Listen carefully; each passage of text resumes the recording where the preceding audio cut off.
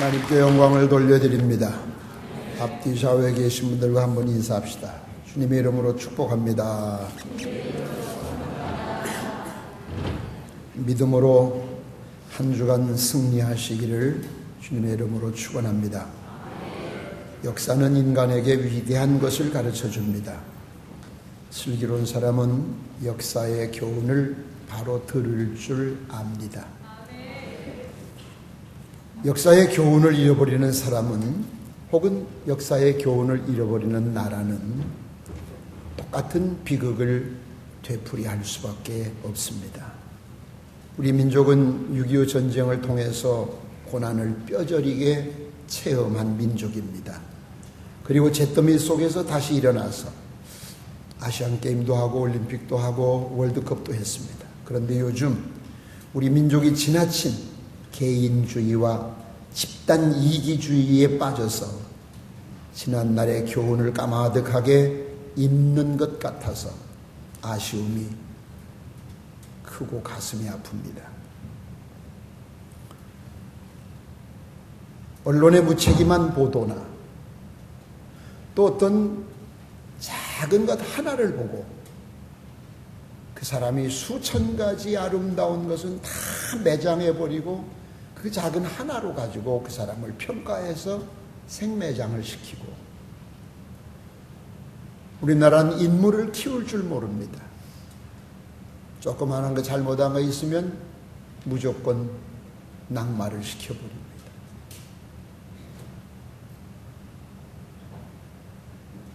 교회도 마찬가지입니다. 요즘 한국 교회가 많이 어렵다고 합니다. 그러나 다 그런 건 아닙니다. 몇몇 교회로 인해서 교회가 욕을 먹고 있습니다.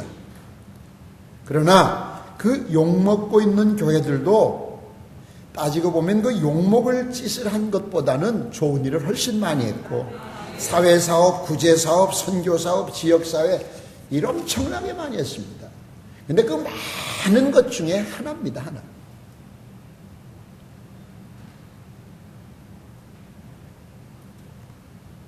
전체적으로 따진다고 하면은 그 욕먹는 교회는 몇천 분의 1에 해당하는 아주 작은 거예요. 기독교가 이 나라에 미치는 영향이 얼마나 크고 많습니까? 그런 건 고마움을 생각지 않아요. 이게 벌써 자기 개인 이기주의가 팽창하기 때문에 그런 거예요. 덴마크 철학자 킬케고르가 그런 말을 했습니다. 내가 고통한다. 그러므로 나는 존재한다.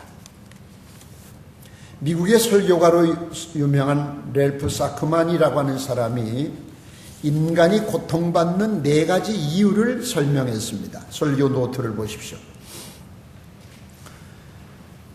첫째 이유가 뭡니까? 같이 읽어봅시다. 시작. 개인의 죄 때문에 오는 고통, 자기가 죄를 지어서 오는 고통이 있습니다. 둘째 고통이 뭡니까? 시작. 집단적인 죄악 때문에. 집단적인 죄악. 민족이 죄를 지면 민족을 고난. 이스라엘 백성들이 어려움 당할 때 하나님께서 그 이스라엘 민족이 어려움 당한 이유를 알게 하기 위해서 고통을 주는데, 그래서 그 민족이 회개하고 돌아오면 다시 살려주시잖아요. 세 번째는 실수. 다 같이 시작. 실수로 인해서 온다. 실수. 사람은 실수 없는 사람이 있을까요? 없을까요? 실수 없는 사람은 하나도 없어요. 신이 아닌 이상 하루에 몇 가지나 실수할까요? 하나? 세질 못해요. 세질 못해요. 하루에 우리가 선한 일 하는 게 많을까요? 실수하는 게 많을까요? 훨씬 많습니다. 근데 자기 실수는 안 보여. 하나도 안 보여. 다 남의 그 잘못만 보여. 이게 이기주의라고 하는 거예요. 네 번째는 뭡니까? 시작. 불강력적으로 오는 게 있어요. 예를 들어서 수해로 인했다든지 태풍으로 왔다든지, 이건 대안이 없어요.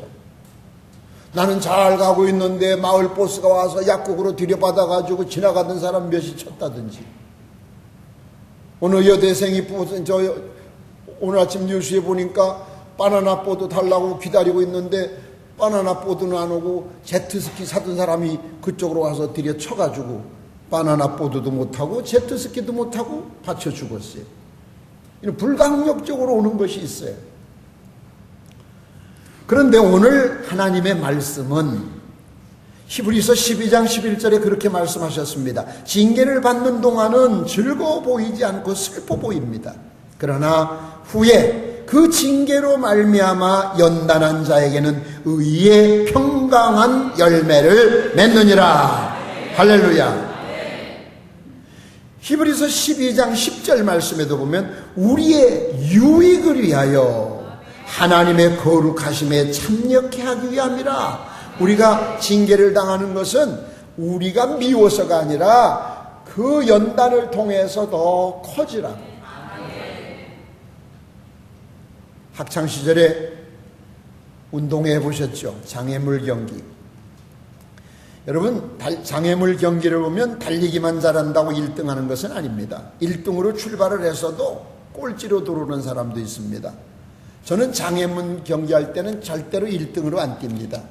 2등이나 3등으로 가야 됩니다. 왜? 꼭 그 망을 통과해야 될 때 있어요. 미련한 사람은 1등 가서 망을 제껴주냐고 무지 고생합니다. 그 사람 뒤만 따라가면은 망이 머리에 하나도 안 닿고 쏙 빠져나갑니다. 1등으로 가긴 갔는데 망 들으려고 고생만 했지 제 뒤에 오던 2등, 3등이 다 가서 1등을 해버립니다. 인생이 그런 거예요. 앞에 간다고 해서 승리가 아니에요. 지금 뭐를 누렸다고 해서 그 사람의 성공이 아니에요. 더 두고 봐야 돼요. 우리 인생도 마찬가지예요. 지금까지도 그랬지만 앞으로도 수없는 상상도 못할 장애물들이 우리 앞에 기다리고 있습니다. 물웅덩이도 있을 수 있고 불구덩이도 있을 수 있고 누명을 쓸 수도 있고 선한 일을 하고도 욕을 먹을 수도 있습니다. 어떤 때는 본의 아니게 무인도에 표류할 때도 있을 겁니다. 오늘 아침 뉴스처럼 휴가 갔다가 돈 내고 바나나 보드 기다리다가 지나가는 제트스키에 머리를 받쳐 죽는 이런 불가항력적인 그런 일들이 우리 앞에 언제 얼마나 어떻게 올라왔는지 아무도 알 수 없습니다.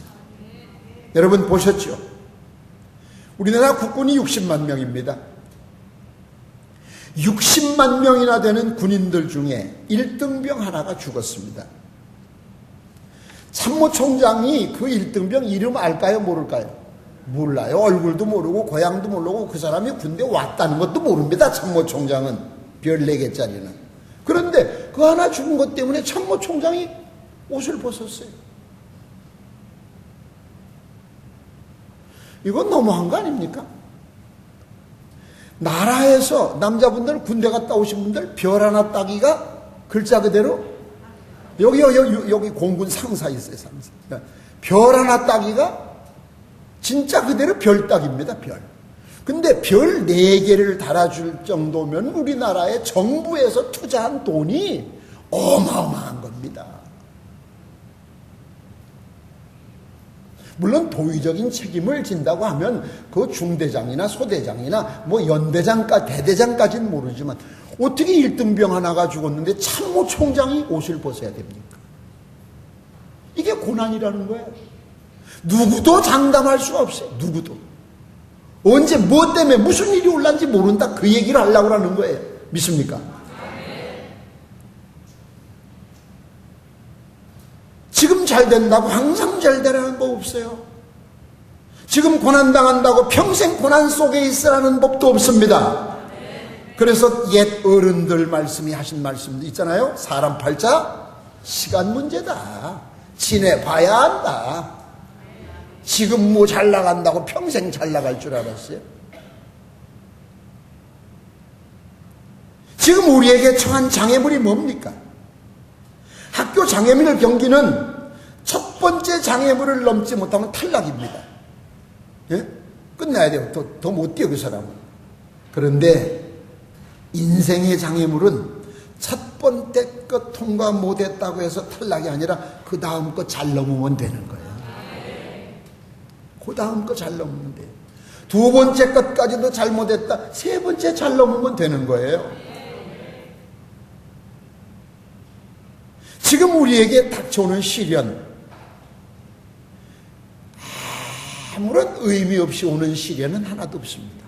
다 거기에는 어떤 의미가 있습니다. 믿습니까? 자, 설교 노트를 펴놓으시고, 자, 그러면 오늘 말씀의 중심에서 첫째, 시련을 통해서 더 큰 하나님의 은혜를 깨닫게 됩니다. 더 큰 하나님의 은혜. 여러분, 어떻게 하면 좀 잘되게 할까 싶어서 목사도 머리를 무지하게 씁니다.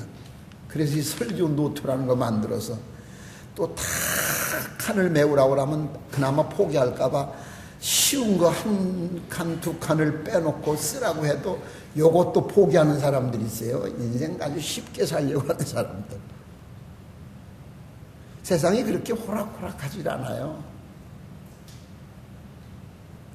특히 요즘 젊은이들 아직 살아본 인생이 4분의 1, 5분의 1도 안 되는데 인생 다 산 것처럼 하는 거 보면 진짜 가관이 웃겨서 못 봐요.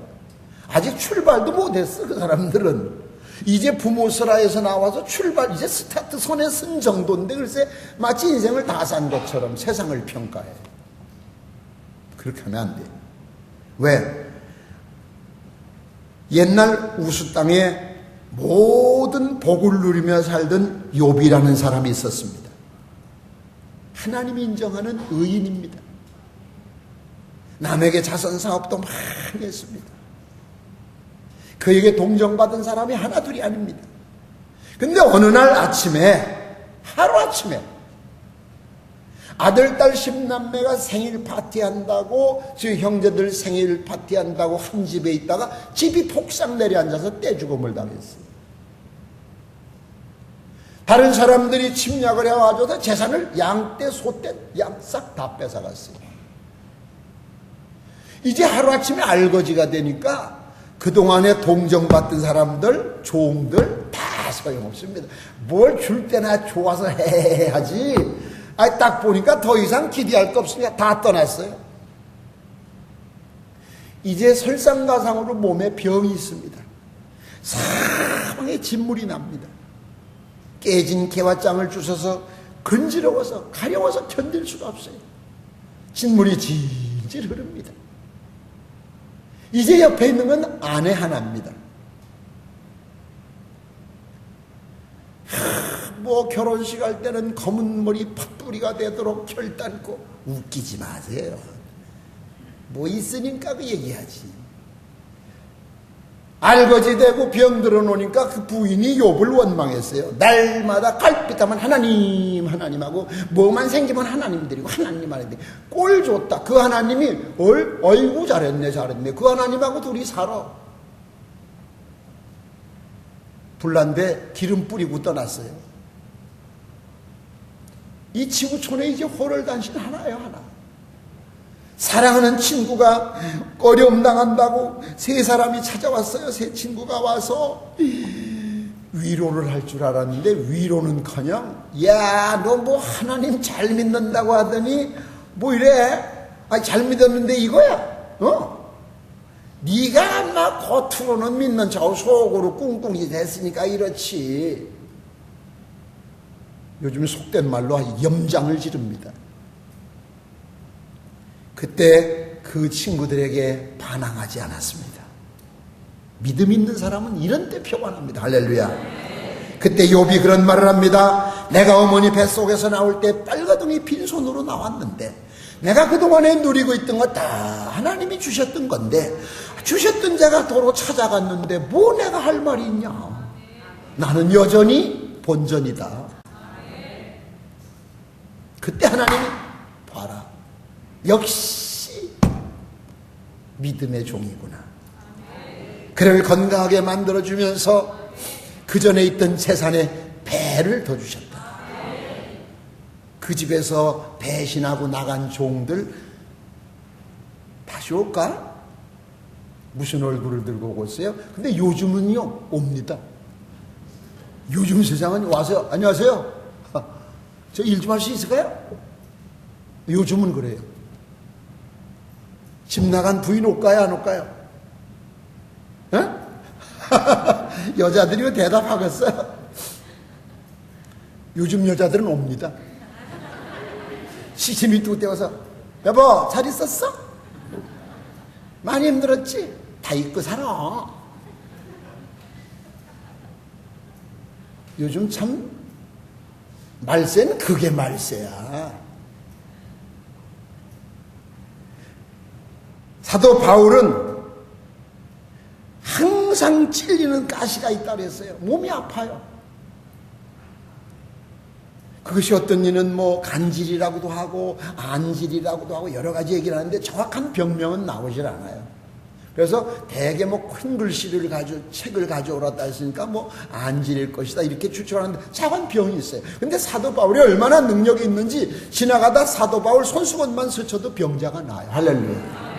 근데 남의 병은 다 낫고주는데 지 병은 못 낫고.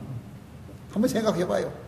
키는 난쟁이 똥자루만 안 되다가 눈썹은 딱 쓰리랑 두부처럼 딱 붙었고, 예? 코는 매부리 코고, 다리는 오그라져가지고, 뒤에는 천막, 냄새나는 천막 기지 짊어지고, 깨재재한 병 걸려가지고, 진짜 볼품없어요.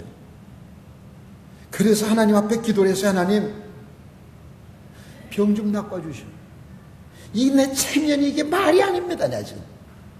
내 병도 못 낚는 것이 남의 병 낚는다고 껍적거리고 돌아다니는 사람들 쑥득거리는 거 아주 귀가 따갑습니다.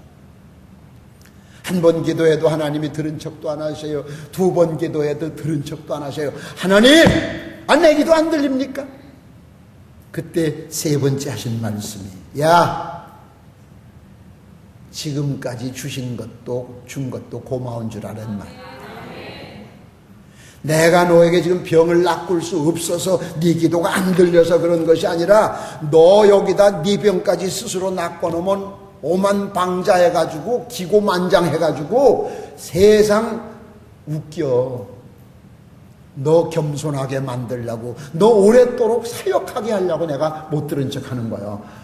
고마운 줄 알아. 고마운 줄 알아. 그것을 깨달은 사도 바울은 다시는 죽을 때까지 그 병을 안고 죽으면서 그 기도를 하지 않았다고 그랬습니다.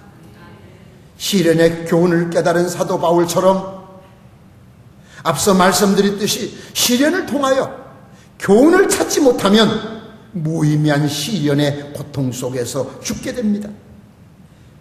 그리고 지금 여러분이 겪고 있는 크고 작은 시련, 그거 그냥 오는 것이 아닙니다. 그 시련 속에서 무엇인가를 깨달아야 돼요. 그래서 성경은 시편 49편 20절에 깨닫지 못하는 자는 멸망하는 짐승 같다. 어려움 속에서 하나님의 은혜를 깨달으시기 바랍니다. 두 번째, 시련을 통해서 우리의 인격이 새로워집니다. 할렐루야. 우리 인격. 사람은 공부를 많이 했느냐, 돈을 그게 중요한 게 아니에요. 얼마나 이쁜가, 얼마나 부자인가, 얼마나 좋은 집에 사는가, 얼마나 높은 지위에 있는가, 얼마나 잘 나가나, 이게 중요한 것이 아니에요. 그 사람의 인격이 인격. 그 사람이 인격자냐 아니냐. 예? 특히 우리는 신앙의 인격. 평상시 그거 누가 못합니까? 평상시. 건강하고 모든 게 다 넉넉할 때 누가 못합니까? 그건 그냥 내버려도 다 합니다. 애들도 합니다. 고난이 올 때, 누명을 썼을 때, 어려움 당할 때, 힘들 때, 내 곁에서 모든 사람들이 다 떠날 때, 이때 욥과 같은 신앙의 멋을 보여주는 거예요. 그걸 신앙의 인격이라고 하는 거지, 여기 와 앉아있다고 해서 신앙의 인격 아닙니다.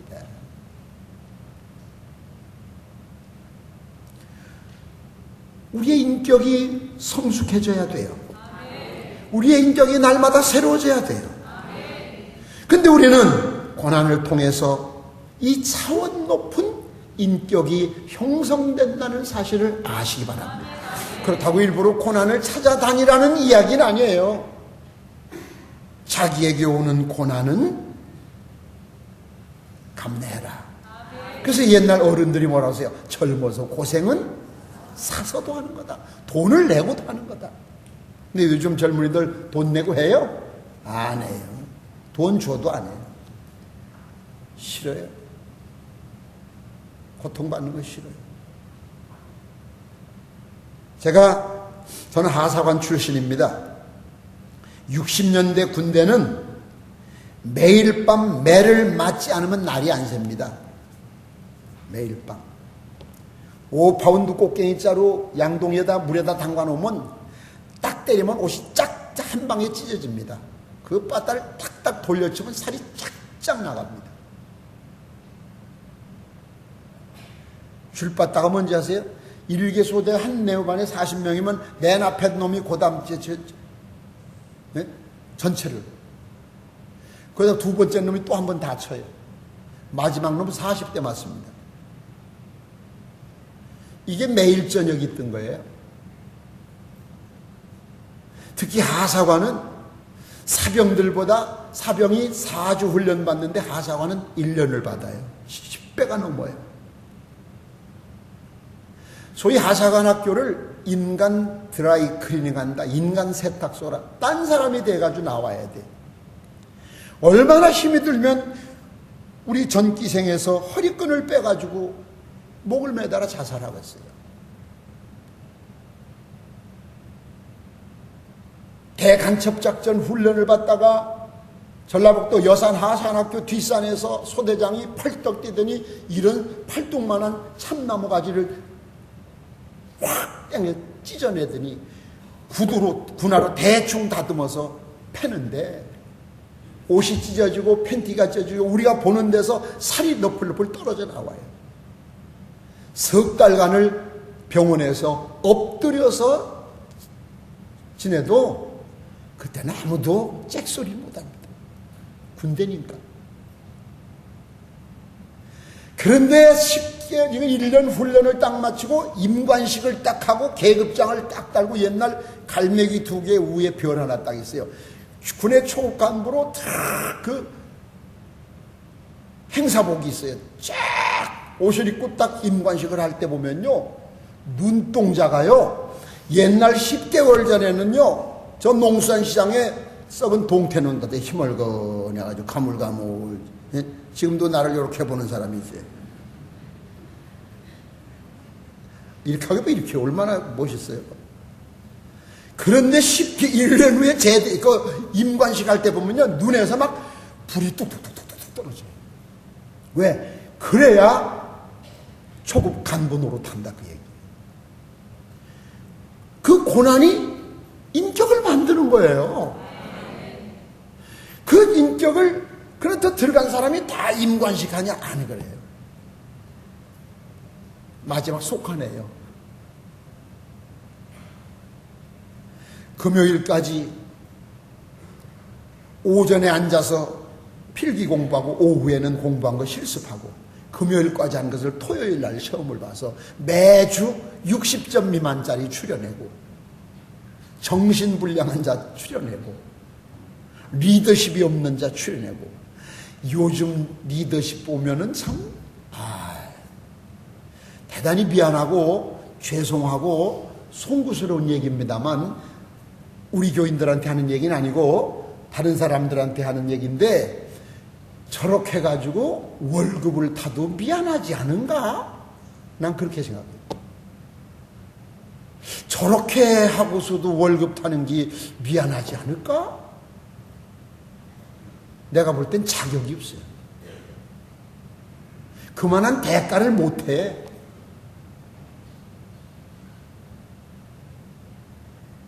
고난을 통해서 과거의 모든 망상을 다 버리고 할렐루야. 강하고 강한 의지와 투지와 지혜와 소망과 용기를 잡게 되는 거예요. 그래서 시편 기자는 그랬어요. 시편 119편 17절에 고난당한 것이 내게 유익이라. 이로 인하여 내가 주의 윤례를 배우게 되었다. 저는 개척교회를 6번이나 한 사람입니다. 말로 다 할 수 없는 고난 겪었습니다. 그런데 그 고난을 당할 때 보면은 그 고난이 자기한테 불똥이 튈까봐 슬그머니 도망치는 사람이 있습니다. 그러나 어떤 이는 그 고난에 동참하기 위해서 같이 하는 사람 잊을 수가 없습니다. 평생 잊을 수가 없습니다. 나만 못 잊는 건 아닐 거예요. 하나님 아버지도 못 잊고 계실 거예요. 훗날 하나님 앞에 갔을 때 결과가 어땠을까요? 슬그머니 피한 사람과 그 고난에 동참한 사람과 하나님 앞에 섰을 때 똑같이 심판을 받아야 되는데 하나님 뭐라고 그러실까요? 얘야 지혜롭게 잘 끊겼다 그러실까요? 너는 미련하게 왜 거기서 견뎠니? 그러실까요? 그러지 않으실까요? 여러분 너무 약삭 빠르게 살지 마세요. 약 바른 고양이가 밤눈 어둡다 소리 못 들으셨어요?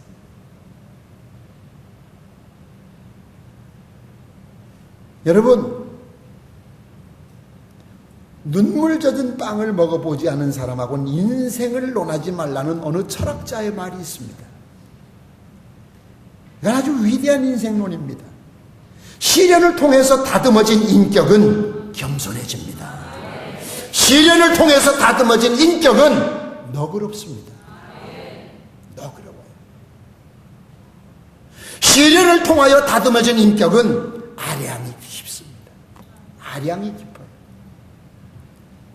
그러나 지식으로 만들어진 그런 인격은 그 인격이라고조차 말하기가 어렵습니다. 이런 것들은 이렇게 시련을 통하여 얻어지는 이런 것들은 학교에서 배우는 게 아니에요. 세상에서 배울 수 없어요. 오직 고난을 통해서만 얻을 수 있는 겁니다.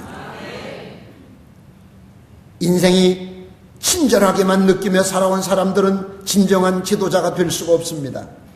가난에도 쪼들리고 잿더미 속에서 시련을 겪어보고 멸시도 당해보고 짓밟혀보고 무시도 당해보고 누명도 써보고 이런 사람이 지도자가 될 때 똑소리 납니다. 세 번째, 시련을 통해서 하나님을 더욱더 의지하게 됩니다. 시련을 통해서 하나님을 더욱더 의지해야 돼요. 이사야서 50장 10절 말씀에 너희 중에 여호와를 경외하며 그 종의 목소리를 청종하는 자가 누구뇨? 흑암 중에 행하여 빛이 없는 자라도 여호와의 이름을 의뢰하며 자기 하나님께 의로할지로다. 여러분, 하나님의 말씀을 청종하는 여러분 되시기 바랍니다. 강단의 주의 종들의 말씀을 들으세요.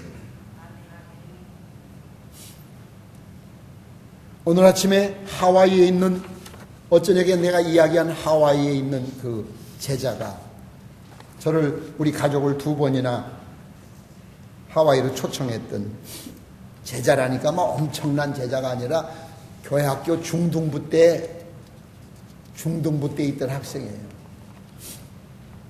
이메일이 와서 내가 당장 5장 이메일 회답을 써놓고 왔어요. 한국 선생님, 한국의 어떤 교인이 안수 집사가 여행 왔다 하는 얘기인데 어떤 교회가 막 그냥 돈이 많아서 그냥 뭐 하고 한국이 타락됐대요. 그래서 제가 그거를 썼어요. 한국의 교회가 참 많은 것 중에 그 하나다. 그리고 그 말을 하는 그 사람이 문제다. 왜? 아까 얘기한 너그러움이 없어. 저 교회가 그렇게 되도록 저는 뭐해서 안수 집사가?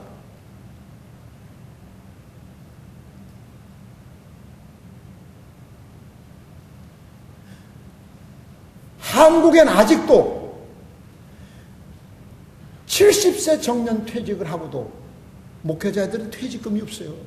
공무원처럼. 연금이 없다고, 군인처럼. 그 교회에서 얼마를 주면 그게 다예요. 저도 은퇴해도 살 집도 없어요. 이 지구촌에 땅 한 평이 없어요. 나 43년 목회하면서 1년 동안을 생활비를 제대로 받아본 날이 한 번도 없어요.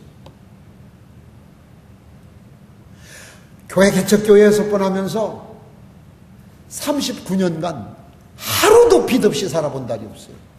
살아본 날이 없어요.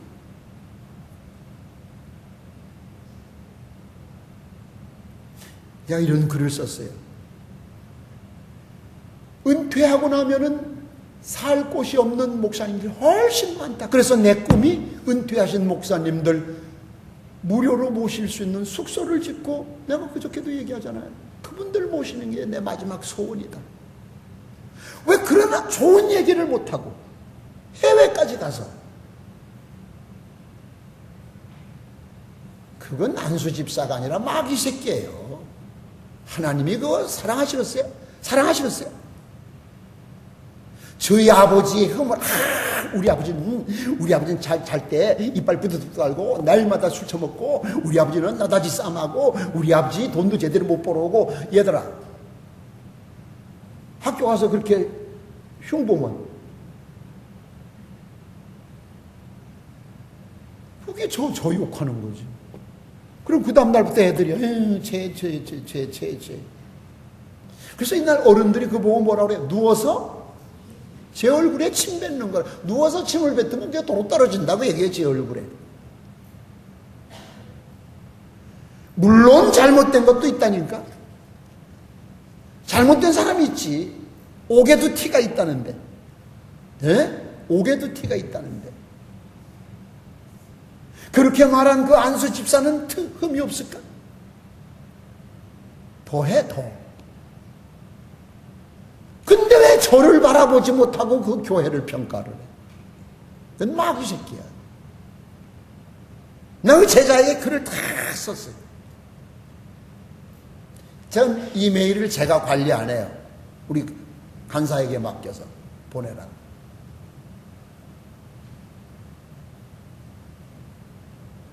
제가 그렇게 썼어요. 너의 스승인 나는 정말로 네가 말하는 너 부끄럽지 않게 살고 있다. 걱정하지 마라.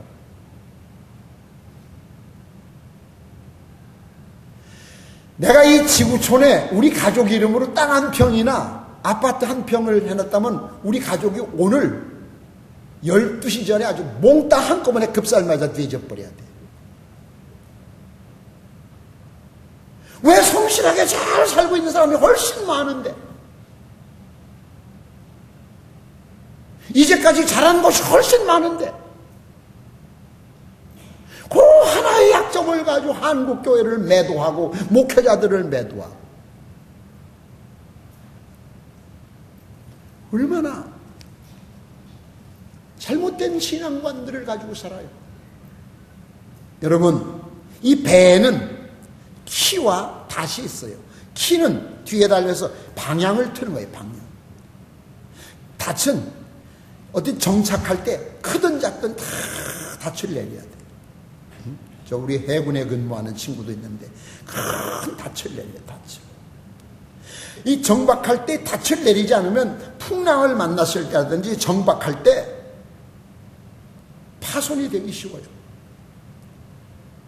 깨진단 말이에요. 배가 떠내려간단 말이에요. 전 바닷가 목회를 해봤어요. 태풍이 온다 하면 다 닻을 내려요. 중간에다 배를 혼자 따로 갖다 놔요. 부딪히지 말라고. 그런데 어떤 배가 닻을 내렸는데 파도에 끌려 나가고 없어요. 그걸 바닷가 사람들 말로 닻이 긴다 그래요. 바위 있는 데다 내렸는데 뻘에다 내려놔가지고 바람이 부니까 뻘에 질질질 끌고 배가 날아가 버렸어요. 여러분이 내려야 될 닻이 세상이면 안 돼요. 반석 같은 예수 그리스도에게 닻을 내려야 되는 거예요. 우리가 환난 중에 믿음의 닻을 내려야 돼요. 세상에서는 너희가 환난을 당하나 담대하라. 내가 세상을 이기었노라. 예수님 요한복음 16장 33절에 그렇게 말씀하셨잖아요. 네 번째, 시련을 통해서 진실한 친구를 알 수 있습니다. 다시 말하면 진짜 친구를 알려면 시련을 한번 당해보세요. 일부러라도 우리 직장 생활하면서 1년만 쇼를 한번 해봐요. 아유, 나 뭐 보증을 잘못 썼다가 다 날라가는데 돈 좀 꺼줘. 200만 원 꺼줄래? 만나는 사람한테만 돈 주고 1년만 그러면 어떻게 될 것 같아?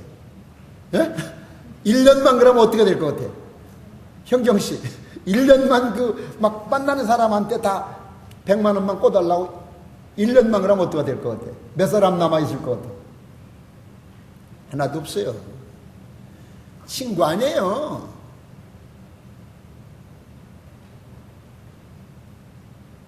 그 100만 원을 꿔주든 100만 원을 못 꿔줘도 옆에서 같이 기도해 줄 수 있는 사람이 친구지. 지금 뭐 커피나 한잔 같이 마시고 대화가 통하니까 동기동창이고 같은 교회 다니니까 같은 속회니까 아니에요. 나라가 시련을 당하면 애국자를 알 수 있습니다. 교회가 시련을 당하면 진실한 성도를 알 수 있습니다. 목회자가 시련을 당하면 진실한 성도를 압니다. 부모가 시련을 당해보면 효자 효녀를 압니다. 이웃이 시련을 당하면 진정한 이웃을 알게 됩니다. 내가 시련을 당해봐야 진짜 친구가 누군가를 아는 거예요. 있으면 별게 다 와요. 여러분, 지금 여기 파리가 없어요. 파리가. 이제 우리 황구를, 참 제 황구는 우리 박경희 권사님이 갖다 준 애인데, 제가 나이가 이제 10살이에요, 이제. 그런데 이제 낮에 덥다고 여기다 이제 꺼내놓거든, 나무 그늘 밑에. 그러면 얘가 또 다 이제 실례를 해요. 네? 변을 봐요. 그러면 지금 여러분 등나무 밑에 가서 1시간 앉아 있어도 파리가 없어.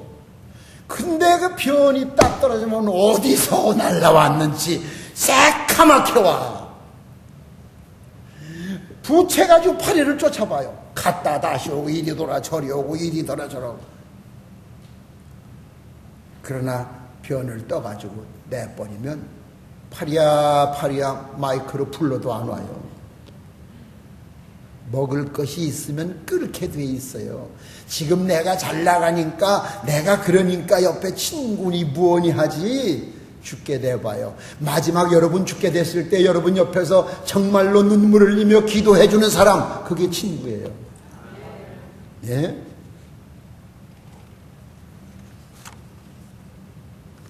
우리말 속담에 양지가 음지되고 음지가, 그런 날이 있어요. 그런 날이 와요. 쥐구멍에도 볕이 들 날이 와요. 왜? 이렇게 여기서는 아직은 이러다가 요게 돌아다 요쪽 오면 볕이 쏙 들어와요.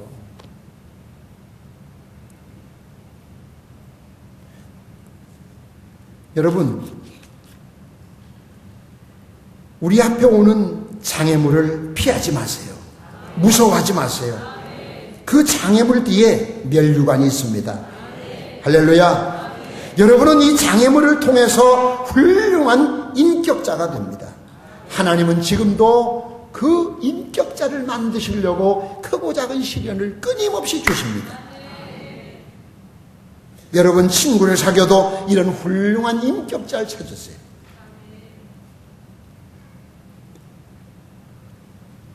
오늘의 시련, 그거 언제까지나 계속되라는 거 아닙니다. 길을 가다 보면 오르막도 있고 내려막도 있고 피해야 될 위험한 것도 있고 물을 건널 때도 있고 산을 넘을 때도 있고 목적지에 도달할 수 있는 그 자리까지 가는 동안은 어떤 때는 똥도 밟아야 되고 어떤 때는 물벼락도 맞아야 되고 어떤 때는 오해도 받아야 돼요. 그러나 그러는 가운데 목적지는 가는 겁니다. 우리의 참 스승은 그래서 성경에선 고난이라. 고난. 고난이 스승이란 말이에요. 고난. 근데 고난을 싫어해.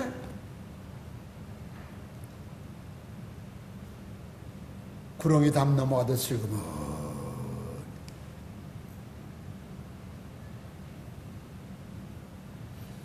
이 젊은 친구들은 구렁이가 뭔지, 담을 왜 넘어가는지, 무슨 죄인지 모르지. 이 시골집에 가면 집집마다 그 담이 주로 옛날에는 돌로 많이 쌌죠. 거기 뱀 중에서 긴 거 있어, 구렁이가. 1m도 넘는 거. 어떤 건 막 1m 50 되는 거. 저 텔레비전에 나오는 비단 구렁이처럼, 이건 비단은 아니지만, 그게 어떤 땐 부엌에도 들어오고, 어떤 땐 장뜨로 가면 장독에도 따바리 들고 앉아있고, 그 또 시골 양반들은 그걸 또 집을 지켜주시는 분이라고, 그저 손을 안 대. 집지킴이라고. 근데 걔가 담을 쓱 넘어갈 때 요란한 소리가 안 난단 말이야. 그냥 이 쓱은 내 입에나 쓱이 나왔지 걔는 그 소리도 안 나온다. 그래 구렁이 담 넘듯 슬그머니 뚝딱 해치우는 걸 보고 이제 그렇게 말을 해.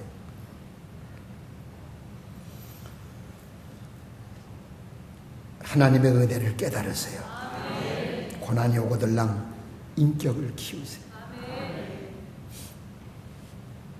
고난이 오거들랑 하나님만 더 의지하세요. 사람 의지하지 마세요. 사람 의지하자. 고난이 오거들랑 진정한 친구, 진정한 성도, 진정한 이웃을 찾으세요. 제가 늘 어디 가면 간증하면서 이야기해요.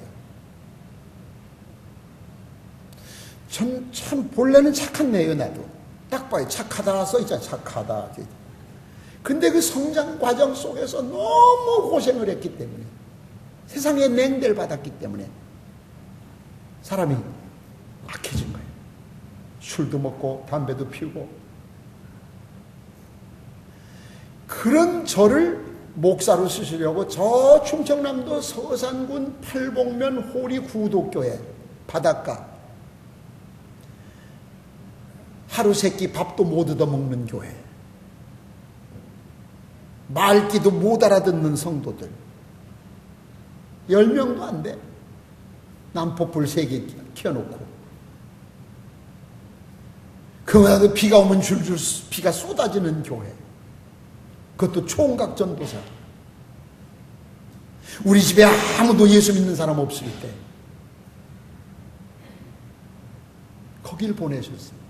오죽하면 감리사님이 저를 거기 파송하시면서 너 3일 있으면 잘 있을 거다 그랬어요. 내가 믿음으로 4년을 견딘 것이 아니라 그 감리사님의 예언을 깨려고 내가 오기로 4년을 있었어요. 그런데 거기서 제 인격이 요나마 다듬어졌어요. 이나마 마음에 안 하는 사람 아직도 안 다듬어졌다는 거예요. 뭐요? 요나마 요만큼 다듬어졌고, 그래서 그나마 목회를 하게 하고, 예? 만약 나를 그 고생을 안 시키고 처음부터 어디 부목으로 탁 보내고 다 그랬더라면 저 인간적인, 내가 나를 잘 알아요. 그 인간적인 틀렸어요. 거기서 말도 안 되는 오해받고, 양영모 장로 그때 와서 예배당 짓는데 공사해줬어요. 무료로. 그 고생을 다 해놓고 나니까 전도사가 예배당 짓는데 돈 떼먹었다. 나를 내쫓으려고. 장부역 있잖아요. 여선교회장 참나. 그래서 여자들 무서워해. 장부역 있잖아요. 장부는 찢어내고 다시 썼는지 누가 알아요? 하룻밤 사이에 사람이 그렇게 달라져. 얼마나 제가 등이 다 터지고 어깨가 다 터지고 눈물로 세면을 범벅하다시피 해서 그 교회를 짓고 났는데, 그날 저녁에 제가 그 분을 못 이겨서 폭발할 것 같아서 그걸 참느냐고 한 손으로 가방을 싸면서 송곳니에다가 손을 넣고 확 깨물었어요. 이게 터졌어요. 피가 줄줄 흐르는 손가락을 입에 물고 빨면서 제가 가방을 들고, 내가 그 돈을 떼먹었다면 내가 급살 맞아 죽을 거고, 네가 누명을 5만 원, 그때 5만 원이 내 1년 생활비야. 난 4년 동안 그 교회에 있으면서도 한 달치도 생활비를 받아본 적이 없어. 5천 원을 가난해서. 내가 떼먹었다면 내가 급살 맞아 죽고, 네가 떼먹었다면 너 급살 맞아 죽을 줄 알아. 네가 누명 씌운다면. 그때 그 얘기를 하지 말았어야 돼. 초년병이라는 경험이 없어요. 그날 밤에 울면서 내가 손에 피를 터진 손가락을 입에 물고 가방을 들고 그 교회를 떠났어요. 정확하게 한 달 만에 그 여자가 죽었어요. 내가 그래서 죽었다는 건 아니요. 보이적인 책임을 느껴. 장례식 때 하관식 하는데 그 젊은 여자, 여선교회장 참나 많이 울고 회개했어요. 그 동네 소문이 났어요. 양아무것이 저주받아 죽었다. 그 이야기가 내가 해서가 아니라 그이가 죽으면서 유언을 남겼대요. 동네 이장이 예수님을 안 믿는데 자기 당숙이래요. 임전도사 찾아가서 누명 씌웠다고 용서해달라고 하고 5만 원 교회에서 갚아주세요. 그게 유언이래. 이 예수 안 믿는 이장이 이게 동네방네 나팔을 불고 다녀가지고 그 집안이 얼마나 멸망을 했는지는 내가 얘기를 안 할 거예요. 친정 동생까지. 지금도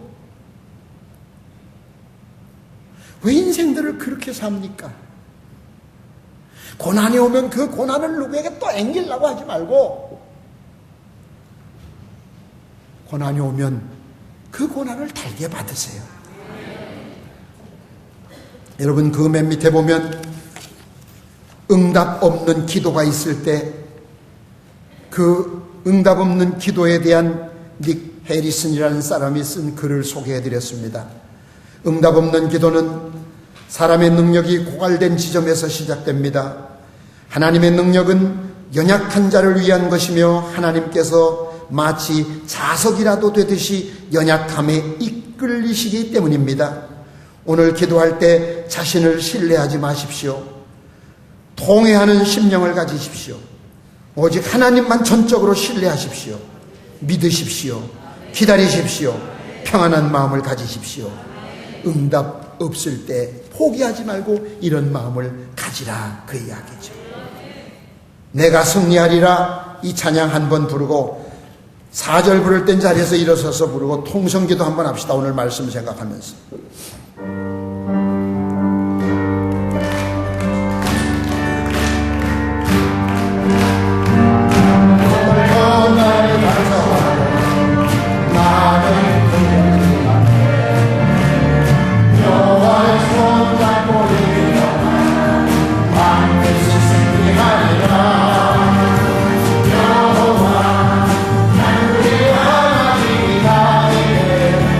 능력을 주시고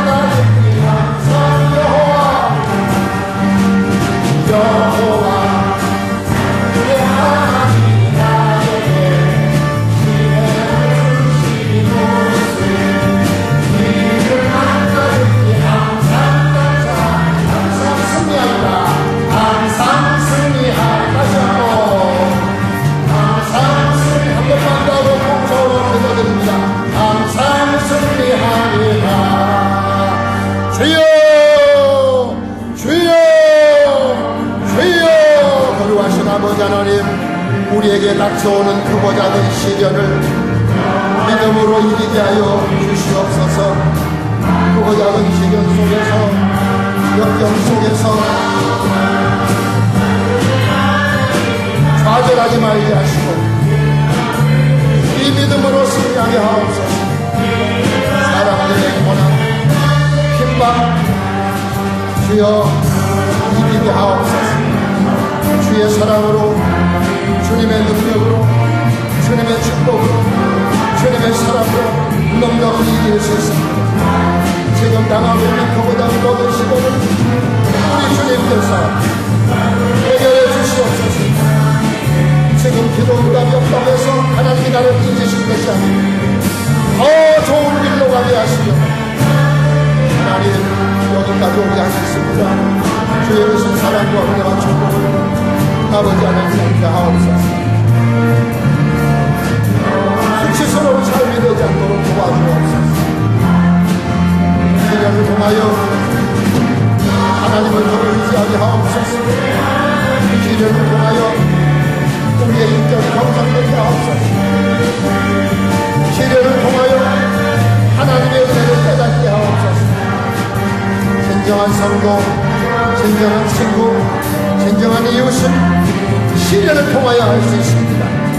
지금 내가 당하고 있는 이 시련이 언제까지 계속되는 것이 아닙니다. 좌절하지 말게 하시고 자리를 털고 일어나 믿음으로 승리하게 하옵소서. 충만케 하여 주시옵소서.